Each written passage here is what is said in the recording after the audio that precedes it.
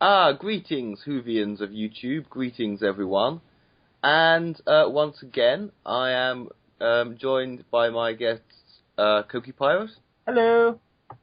And you, James. Hello there, this is James S. Croft, Ujames 1978.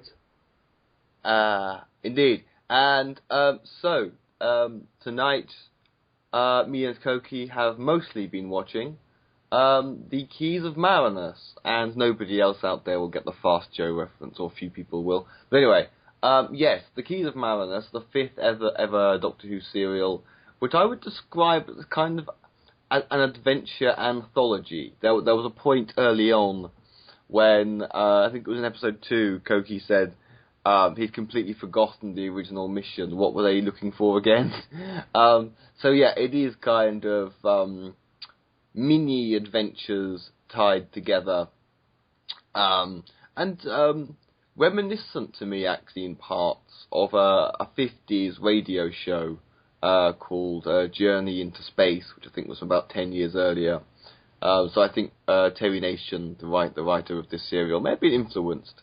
And if you notice the name Terry Nation, Koki, it's that's the writer who created the Daleks. So we saw a serial he wrote from a few weeks earlier. And I'm babbling now. Your basic impression of this story, Koki? No, I liked it. Like you said, it was a bit more of separate adventures. This is, I mean, yeah, they have like the same sort of guiding principle of activating that machine, but yeah, that's like the whole point of it. But you could all treat these as standalone episodes as well. I like all of the different little lands they went through. You know, they had a device that went through space but not time, and they go to all of these different places. At first, you know, I thought it was some faraway land, but you see how different the technology is in some of these places. It's like, wait, are they going to different planets? You know, in one of them, they can control your mind by placing a disc on your head and then remotely mind controlling an entire city. But another one, they're using phones with cords. But, you know, I guess with sci-fi, there's always that sort of dissonance between being advanced in some ways and not being so advanced in others. But I really liked it. I liked I liked the story about that they see like this hedonistic, reckless kind of world, and it turned out to just be awful.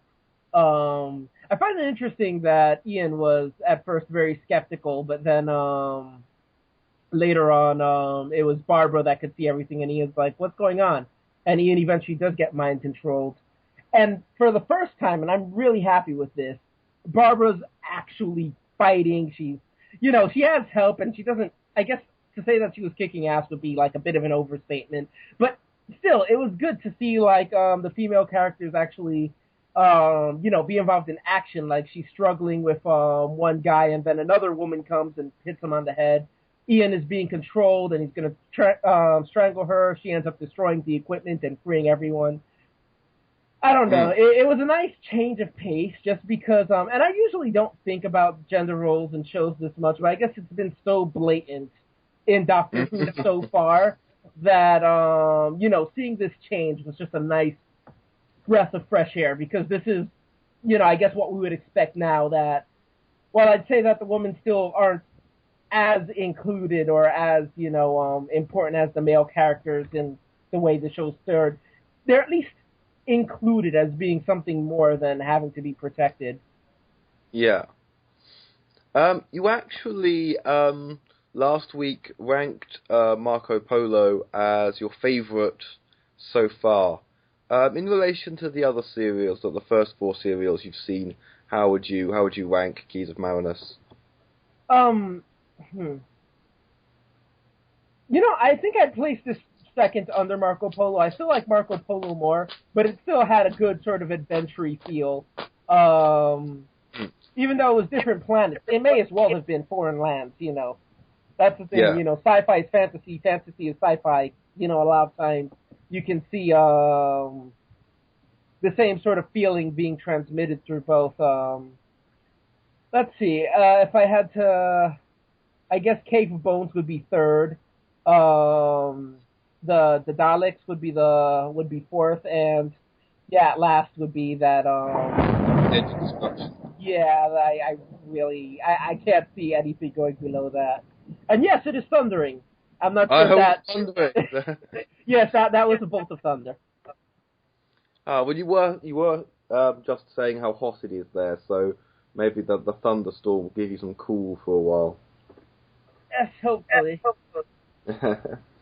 Okay, and you, James, obviously you will have seen this a few weeks ago, but you have seen it twice. I think I've probably seen it twice or three times as well, but over a very long time span. So, your thoughts on Keys of Marinus? Well, first of all, Alex, just to go back to your introduction, if you want people to get the Fast Show reference, you have to do the accents. This week, I have been mostly watching Keys of Marinus. My biggest problem with the serial is that when I was a child, I used to watch children's television, obviously. And there were several children's adventures which had exactly the same format, setup, plot, and everything else as the Keys of Marinus. One that I remember vaguely, the entire premise was that the numbers of the clock that controlled time for the universe had been stolen, so they had to go to different lands to find the numbers. Each one an individual separate adventure. Each episode an individual separate adventure, but at the same time having slayed the dragon or rescued the princess or what have you. Oh, look, the number 3. That's what we're after. It's like the... what's the Tom Baker serial with Romana? The key to time. Yes, I was going to say the Keys of Time. That's the whole season collecting segments of the Key to Time, and spoilers, Koki. I remember a children's educational show we actually watched as kids, Through the Dragon's Eye, and they had to collect these shapes and put them all together at the end to make whatever it was that saved the day. I was thinking about it the other day, actually, which would look ghastly now, very 80s, very kiddie-ish, and very kind of... But, pardon me, the thing is, though, it's a winning formula. It's basically, it's lots of computer games, it's lots of, it's all levels, and you've got to collect this and that. It's kind of like and in this instance, the linking device kind of lent itself towards, I suppose, almost a Gulliver's Travels feel, in a sense. And sorry, but if people are picking up weird sounds from this end, it'll be the cat who's just all over the place. But anyway, sorry, carry on. But yes, leaving aside the fact that I can't really watch Keys of Marinus without remembering the children's programs off which it was based. Back in the 1960s, when it was first created, this would have been an original concept, but then it devolves into children's television. It's like the comedian Harry Hill here in Britain. He started off as kind of a late-night comic, but doing stand-up routines, etc. But then, last I saw of him, he was doing a children's television series for the same reason, that the world had moved on. The format it still worked, but it had not necessarily devolved, but the humour of adults had evolved. So now his comedy style was only really relevant to children. But yes, leaving that aside, what Koki said about different planets, referring back to last week's serial, Marco Polo, we're talking about the vast differences in cultures here on Earth. The fact that we look to space, why? Because we think, well, Hong Kong and Malaysia and Puerto Rico, well, their airports are exactly the same. They have McDonald's and they have McDonald's and the Gap and Coca-Cola. What's the difference? But no, the cultures, the technology of different parts of the planet can be entirely different. If you were to go back 100 years, say here on Earth, the technology of Great Britain or America versus the technology of, say, Indonesia, it would be staggeringly different. And also, yes, in the episode where they go to the city and the more contemporary city, Earth in the future city, the last city that they go to. Yes, Chesterton is accused of murder. Yes, the investigation officer, who with a faintly German accent. But no, I'm making a point about technology. Yes, there's the same thing that obviously it's just going to be our technology, only slightly more advanced. Which, unfortunately, if you look at technology today, that is what is coming to pass. It's exactly the same technology as 20 years ago, only more efficient and in a single device. Well, yes, and you don't have to have wires. Wireless, that's the other thing, obviously. But yes. But overall, yes, it's very difficult for the serial as a whole to have any real significant impact because, again, it was separate individual episodes. I think it's the same kind of complaint you have about my books, Alex, that it's just little sushi. It's a sushi meal, too many portions. Yeah, plenty of variety, yes, but not enough to really be satisfied with any one individual story. I think the thing that stands out for me most is the Vords. Again, the fact when we were talking about this in just a unrecorded Skype conversation, I think I misunderstood you, but your assumption that they were aliens. No, they're just humans in black suits that designed to make them look as evil as possible. Well, we never actually see them, but yes, they are humanoid, and when you say human, in this era of Doctor Who, and this is one of those things, you often don't know if the population of this planet just happened to look a lot like humans. As obviously the Thals are pretty much yes, blonde, pixie-ish humans. No, they're Aryan supermen. Come on. Well, yeah, but they've got like the. Oh, anyway, but the assumption is obviously they're not Homo sapiens sapiens. Yeah. I mean, Thals weren't Homo sapiens sapiens, they just looked human because they were the actors available. But with something like Marinus, it's kind of vague. They could be some kind of future colony. And I find it odd. It's a planet where the seas and what have you are made of acid, and the beaches are made of glass, but something would evolve to be just like a human.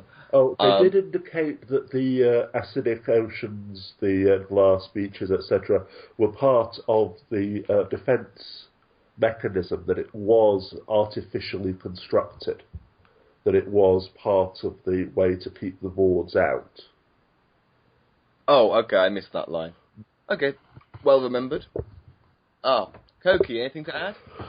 Yeah, I do like the whole let's gather the Dragon Balls kind of story. I didn't have too much issue with that, because it feels like you have the show and it's all connecting, but at the same time you can explore a lot of things really quickly. I mean, don't get me wrong, I like these ongoing stories, but sometimes, they do feel a little dragged out. I guess it's not really that bad. But, I just liked the characters in this one better than the others, and, the women's roles, too. They had this sort of femme fatale type character as well. Hands up everyone who solved the murder in 5 seconds. Yeah. One reference that no one's going to get, but in that scene where the key was frozen in the block of ice, and they brought up that there was a valve, I immediately thought Half-Life 3 confirmed. Anyone who gets that Thank you for reminding me of that, Koki. not that particular scene, that particular episode. I'd completely forgotten about that. As I say, the individual stories didn't make much of a mark. But for the love of the great holy donkey, everything short of showing rape on tea time BBC One family viewing. That was the implication. I remembered that when you mentioned it being like a children's show. But yeah, what other implication could there be? Yes, literally locking her in the sending Chesterton out to his death, locking Barbara in the house in the log cabin with him, and saying, "Yes, I've waited too long, I shall wait no longer," or words to that effect, comically chasing her around the table. My point, yes, but again, the same thing with, again, sorry for spoilers, Cokie, but Barbara being a slave in Rome, when they go to Rome, she's sold into slavery. And then again, the same quote-unquote rape joke or rape implication. Susan and a particularly attractive blonde girl who's a native of Marinus, I think she's the high priest's daughter or whatever he was. Yes, left them to die in the ice caves. But now is trying to rape Barbara. The implication being, no, we can't have him raping schoolgirls. That would cause an outrage. But raping a teacher in her 40s, that's perfectly fine for family viewing. What the fuck? Well, yeah, I can't believe no one spotted that. I can't believe this isn't a massive issue. Yeah. I don't know, because I guess, when you put it that way, it seems pretty obvious that was a rape thing. At first I was like, he's going to kill her. It's like, wait, no, does he want to rape her? No, he probably just wants to kill her. But you're right, the way he phrased it, I guess it makes it pretty clear. Bringing up that episode again, I'm just thinking about the knights that, when they got the key, they were chasing them down, and then they all just sort of disappear. And then you see the knights wandering around the room. Do they deactivate on the spot? Do they keep looking for them? I feel bad. They had that one purpose, their entire existence. Although, if you remember, the just desserts, the poetic justice, was that they used the space-time transportation devices to escape, left the knights breaking down the old rapist's door. Well, at that point, the rapist had already taken it from behind. Yeah. Anyway, so yeah, my gripe was, when I first saw the knights come to life, I thought, well, they move so fucking slowly that anybody could escape them. Oh, but it's for dramatic tension, you see. Yeah, they turn up pretty quickly at that door. Yeah. But yeah, so... but I think in many ways that second story was perhaps the best, but I thought the first one, which was the one that reminded me of Journey into Space, the radio series that predated Doctor Who, where that was a whole series essentially, and it happened on Mars. That whole what's real, what isn't, people not being believed because they could see through the and the idea of slaves who think they're living in a paradise, which is an interesting idea. I can see why that's been reused in science fiction. Oh, it's I was trying to think of any examples before science fiction, but no, I think it is just a common science fiction trope.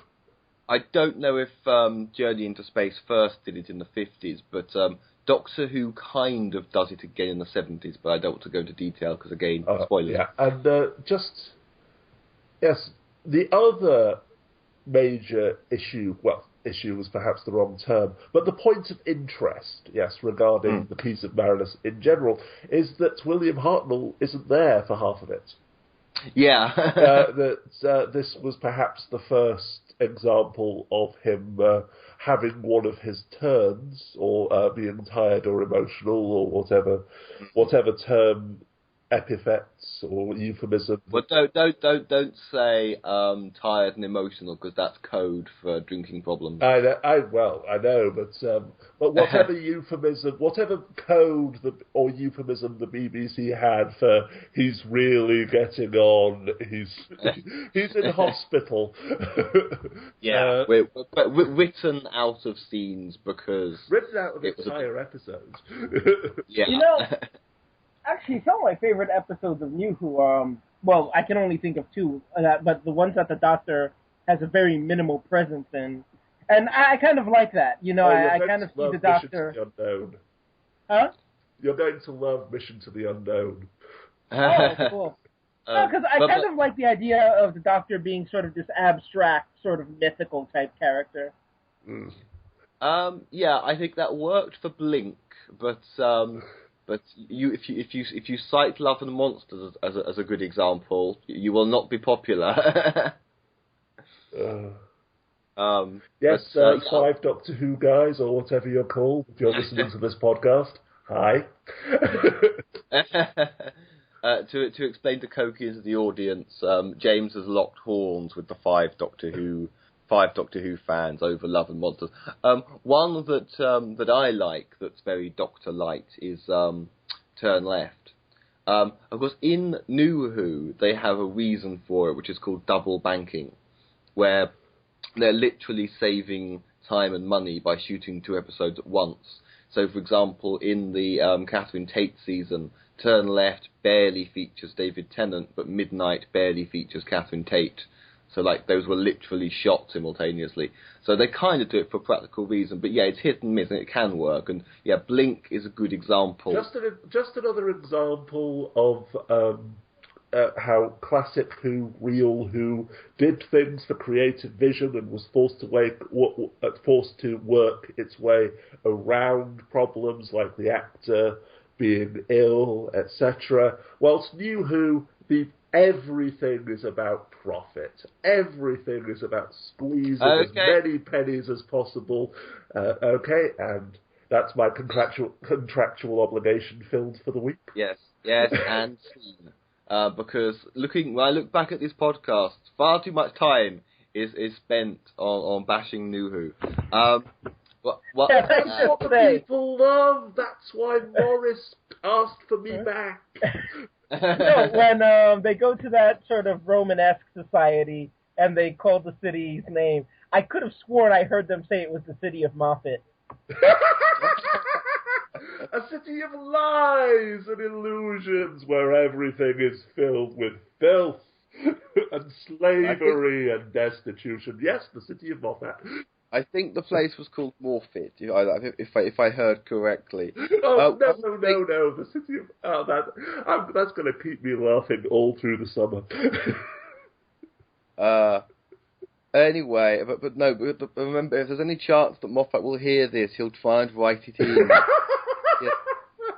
Enough Moffat bashing. I want to make a point about, because I having explained in previous podcasts, for anyone who didn't know, there was almost no editing in the first season of Doctor Who. You may notice it's all studio bound, it's all multi-camera. But of course, the first serial, because I was looking at the first episode, or second episode more, of Keys of Marinus, because how do you do that without edits? Because you've got them actually changing the sets and changing the costumes to suit 2 separate versions of reality going on at once, where they must have been very economical and really planned out the limited number of edits that were possible to sort of achieve that. So that was quite unusual and must have been very difficult for them. As I say, creative vision, finding new, radical, unique solutions to entirely original problems. This was an undiscovered country. Okay, we have to record an episode a week. And we have to make the people genuinely believe that they are visiting other planets, that they are visiting other cultures. And we have to do it on £3, 5 shillings and 6. And once again, we have the character not changing their costume, because before it was Susan's dress. In Keys of Marinus, Barbara and Susan do inexplicably change their or I think inexplicably change their costumes, and their costumes look like contemporary Earth costumes, that they've gone back into their normal clothes. Whereas Ian is in his Marco Polo costume throughout, when surely this spanned several days, he must have stunk by the end of this. When these on remember, trial, they were locked out of the TARDIS, so they couldn't get their own clothes. Yeah, but I would have thought that a convict awaiting trial, because they say something like, you'll be executed 3 days after sentence is passed, something like that. Couldn't they provide him with some clothes in that time? No, I don't think it would necessarily be a priority. Well, dude, you're going to be dead in a couple of days anyway. You're worried about your wardrobe? What are you going to do? Pull the chicks? I think it should be noted that in that little culture, they had the technology to kill someone remotely, yet they did not have wireless television or wireless telephones. Well, that's true of any science fiction series. Today, the science fiction of today, in 50 years, people will look back at it and say, ha, they actually thought it was going to be like that. This is another example of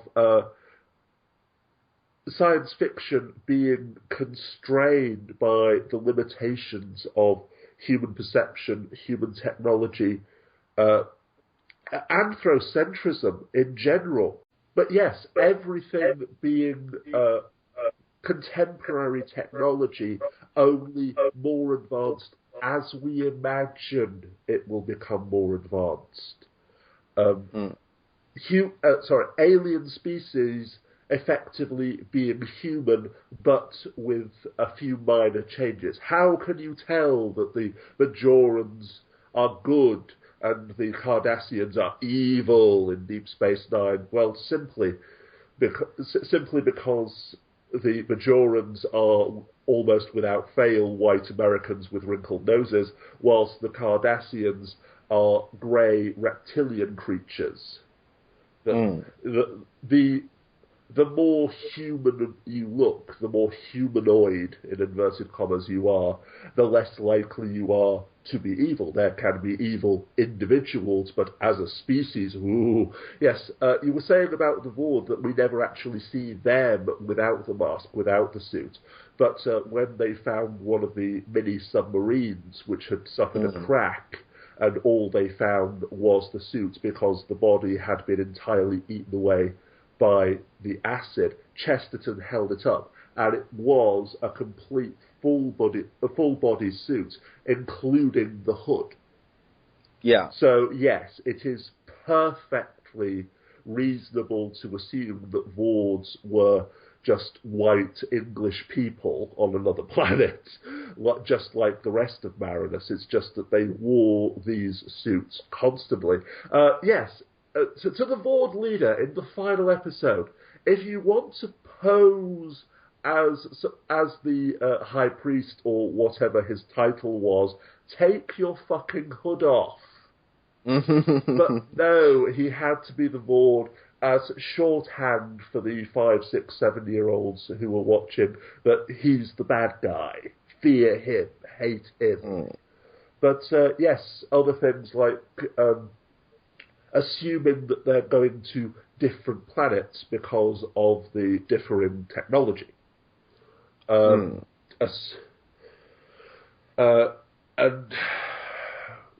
just basically anthropocentrism in general.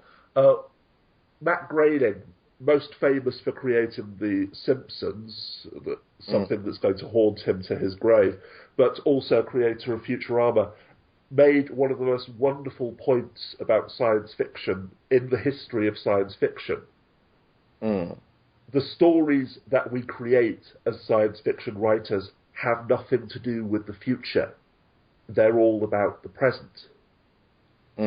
take any science fiction story, and the chances are it is just a contemporary story, but set on a distant planet in an alternate dimension, or with different technology as plot devices. That's all. The ultimate moral and message of the Keys of Marinus, the overarching story being that, yes, this device could have imposed ethics and morality and good behaviour upon the entire planet, but no one can have that power. You can't impose morality on people. Oh, Dave Lister, Red Dwarf.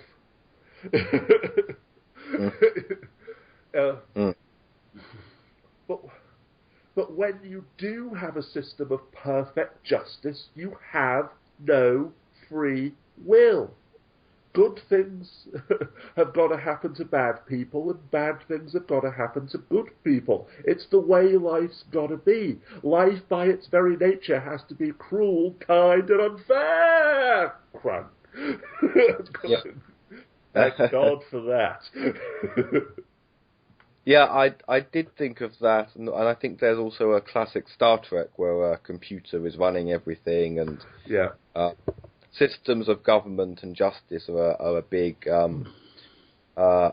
theme. So yes, science fiction is just a way to explore such issues with using imagined technology as convenient plot devices, but as Koki has pointed out, yes, people imagine technology that will enable you to travel through time and space and hypnotize people in their sleep, but they can't imagine wireless phones. Usually because it's not necessary. It's odd how they developed this technology for, examining the murder weapon, and it tells you something about the psychology of the last person who touched this object. Someone said, Barbara said, well, it's a step further than fingerprinting, and they said, what? It's like, what, you skipped fingerprinting entirely? And DNA doesn't exist to either of them. I wouldn't necessarily say that they skipped fingerprinting. It's just perhaps they are so far advanced beyond fingerprinting that if the only record of it is in the ancient texts which the average copper on that planet doesn't have to read. Assuming that the species even has fingerprints. Absolutely. Oh, we're getting into wibbly-wobbly, timey-wimey territory here, aren't we? Because that's the other great thing with science fiction. Anything and everything that can be described as a plot hole. In classic Who as well, classic Who,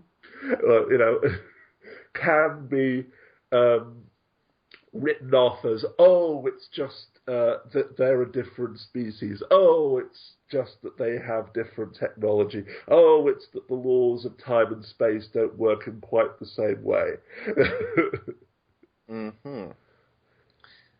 Koki, do you have anything to add? No, nothing much. Just that one alien dude, or human in a black suit, went down pretty easy with that cane. I kind of wish the Doctor would go Shaolin monk on more enemies. Again, you're going to love the Romans. Well, no, you're going to love that one scene in the Romans.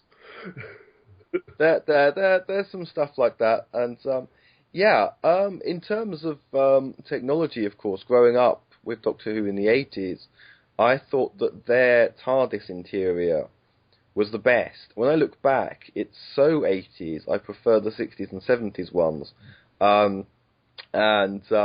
I think it's all, particularly when they look at a computer screen, it's all that blocky kind of blip, blip. Well, stuff. That's because that's what computers were in the 1980s, just as in the 1960s computers were, giant wardrobes with tapes running on the front. In the 70s as well, it's sort of like, oh my god, you thought this wasn't advanced. And of course, that's the biggest mistake, of course, because, computer technology hasn't got bigger and bigger. It's got tinier and tinier to the point that you could lose it. Yes. And going back to the point I was making before about, yes, this anthrocentrism, this the way that in science fiction, I myself as a writer and other writers, we invent plot points like other planets, new advanced technology, but then we just superimpose our vision of what humanity is into that. So yes, we never actually stop to think, hang on a second, if the culture is actually like this, the planet is actually like this, the technology is actually like this, then wouldn't this fundamental aspect of normal Western English culture specifically not exist? Yeah, well, again, it's Bajorans, white Americans who just happen to have wrinkled noses. Star Trek, either any series, classic, Next Generation, Deep Space Nine, Voyager, they're just humans with more advanced technology. Yes, a good example of how the human heart never changes, that even though our technology advances, we're still fundamentally the same people. But yes, Klingons, Cardassians, Ferengi, any culture onto which you can impose this, you are just humans with more exaggerated traits. Well, a lot of times, particularly with Star Trek, you can also see that they were trying to impose certain ethnic traits on them, making them seem like, savage, sort of primitive, but at the same time, the Klingons in the original series were just a combination of the communists, the Ruskies, and the Japanese. That's where it's like every planet in the Trekverse is a country. Yeah. Mm-hmm. But yes, again, it just kind of goes to show how, in many respects, writers are just so damn lazy. But again, how can we... the effort that it takes to genuinely imagine another species, another planet, who would have been able to say 10 years ago, there's a wonderful scene from a Korean film, a man who's been in prison for 10 years gets out, befriends the daughter of the owner of the guest house where he's staying.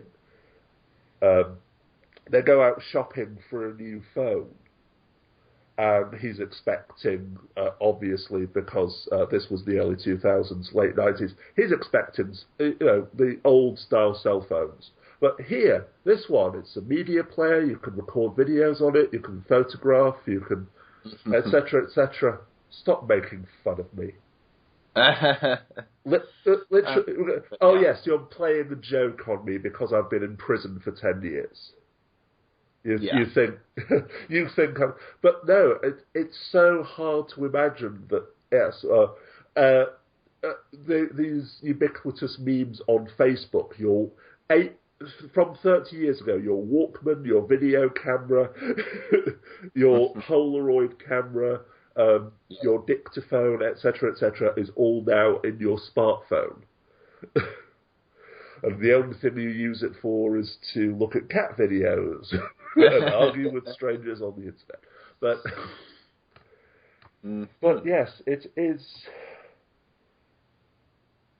I'm sorry, it's got... my mind is now focused on the fact that writers are so subjective that all we as writers ever really seem to do is to project our own experiences, our own thoughts, our own beliefs, our own perceptions, our own opinions onto the rest of the world and try to kind of reshape it and tweak it a bit. Would you say the underrepresentation of extraterrestrial life is a civil rights issue? I mean, they aren't in the movie industry. They aren't in sort of the writing industry. Yet they're always being written about. think there should be some Ignoring the work for troll aspect of this question, this is a fundamental aspect of the typecasting and what have you of ethnic minorities, LGBT individuals, differently abled people, anyone who isn't a straight, white American with perfect teeth. Oh god, and that was an interesting song, music video I saw on YouTube, a parody of Royals by Lord, which I mentioned in an episode of London After Midnight. But yeah, we're gonna be typecast.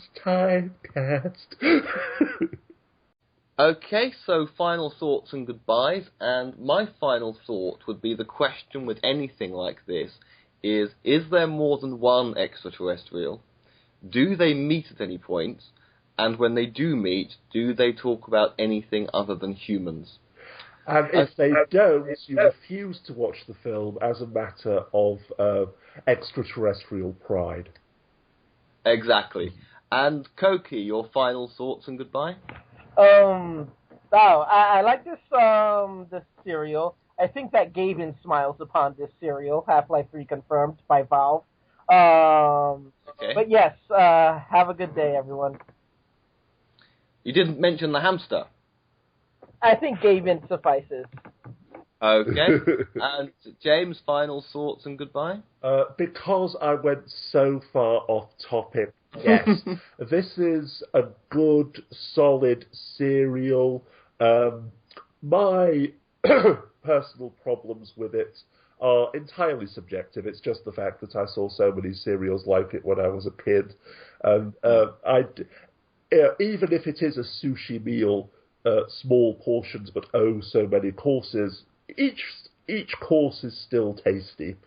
It doesn't compare to Marco Polo for me, but I do adore the scene in which, having been hypnotised by the brain creatures, the Doctor and Chesterton go into what they think is their spectacularly equipped scientific laboratory, pick up an old tin cup and say, with equipment like this, we'll be able to fix the TARDIS, no problem. Oh yes, tying Doctor Who with what I was saying about anthropocentrism, the fact that writers simply project their own opinions, perspective, experience, etc., onto the stories that they create and just then make a few tweaks. Yes, as I've pointed out in podcast after podcast, when Koki has raised the gender roles, if not outright sexism, yes, that it is true that Doctor Who is very much a product of its time. And that is, anything is always a product of its time. That is the thing that we must remember. It's so easy to look back 50 years and say, look how progressive we are now, but seriously, are we actually any better? Things like the Bechdel test, having kick-ass superheroines who kill men with their lipstick and their nail varnish, and yes, that's not. This is turning into London After Midnight. I'm sure we've done this on London After Midnight before, and I'm sure we will again. I was almost finished, but I was simply pointing out I was simply trying to tie it all together instead of just going off on a completely massive tangent. But anyway, may the blessings of the great holy donkey be upon you and upon everyone whom you love, and see you next time. Okie dokie. Well, I'll say I think this serial was a lot of fun and had a lot going on. Next week we have one of my favourite Doctor Who's of all time. So next week, the Aztec. Diddle-a-dum, diddle-a-dum, diddle-a-dum, dum-dum-dum, diddle-a-dum, diddle-a-dum, diddle-a-dum, dum-dum-dum, diddle-a-dum, diddle-a-dum, diddle-a-dum, diddle-a-dum.